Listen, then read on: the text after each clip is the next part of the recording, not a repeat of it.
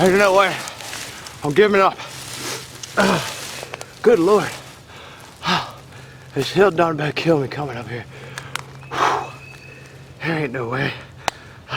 It's 11:20.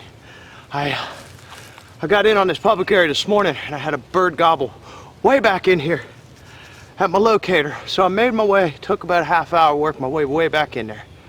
Set up, called for a while, waited a couple hours, nothing happened.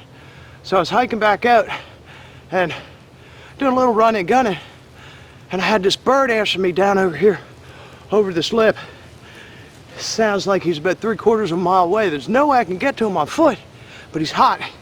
He's gobbled up my call and then he continued gobbling sporadically, double and triple gobbles. Real hot, but no way I can get over to him. I tried to beat feet back in my truck, but it's too far out there. I'm not gonna make it. It's 11:20 now. I'm not gonna make it by noon. So there's a field up here. I'm gonna set up on the edge of it and just call for the last 40 minutes, about 100 yards up here, and go in here and hunt this other bird tomorrow. I knew going in taking a good longbeard off a piece of public hunting land is no easy task. I'd experienced interference from other hunters, call-shy turkeys that would hang up at a range, and birds that had been plain spooked because loads of number 5 had whizzed by their heads at 50 and 60 yards. Yet the next morning found me sitting on a hilltop where I'd heard that bird the afternoon before. The problem was, he was several hundred yards away, and I was on the wrong hilltop.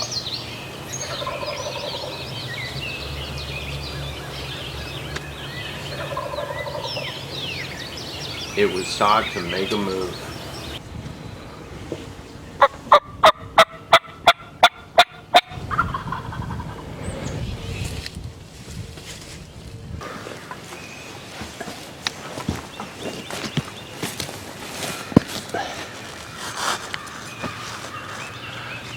Heard that gobbler at daybreak. He was pretty far off, so I started moving in towards his calls. And he was out there, he flew down that field and he was out there strutting. I set up and gave a few hen calls and he responded a few times. Moved by at about 100 yards.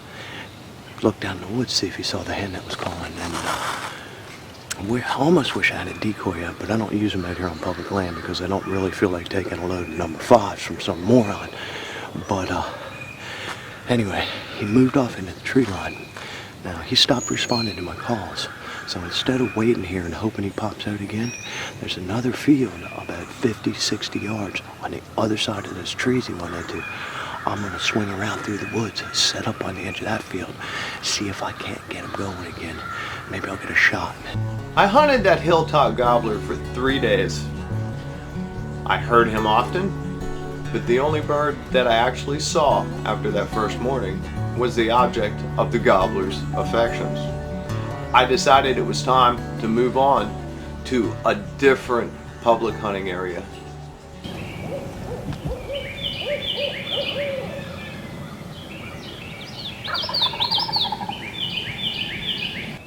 I found myself at the edge of the field on a foggy morning with the bird gobbling in the trees at the far end of the field.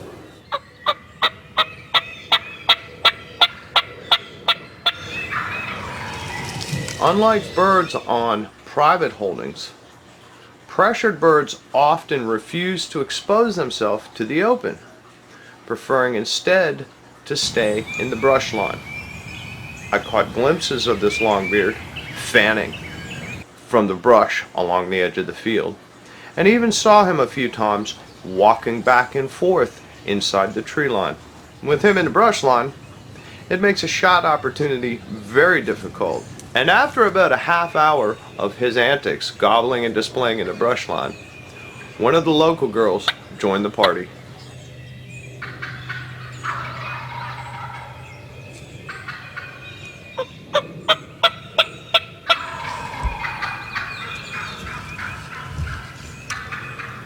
There's really no competing with the real thing. She pulled that gobbler back into the woods to go about their business, and I went home empty-handed again. It was 10 days into my hunt, and I was worn thin. too many 3 o'clock mornings. Yet I decided to get up and head to a different woodlot with my son Michael, who had been hearing birds in this location. And we heard 2 separate gobblers sounding off at daybreak.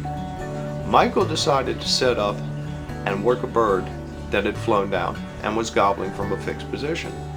I, however, took off through the woods after the second bird, who was moving off.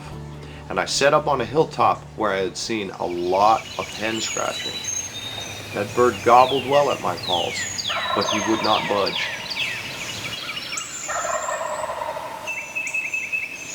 On this particular morning, in this particular setup, I had some help. A jake in the field behind me sounded off once, and that big gobbler did not like having competition. His next gobble was considerably closer. I knew it wouldn't be long before I saw the amazing creature making those incredible sounds.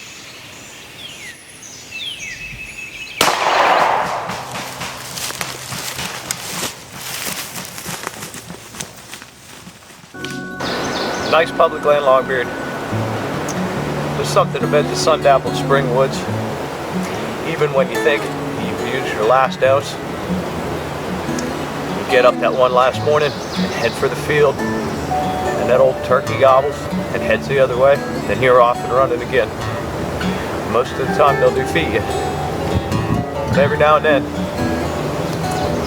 you pull one out of the hat.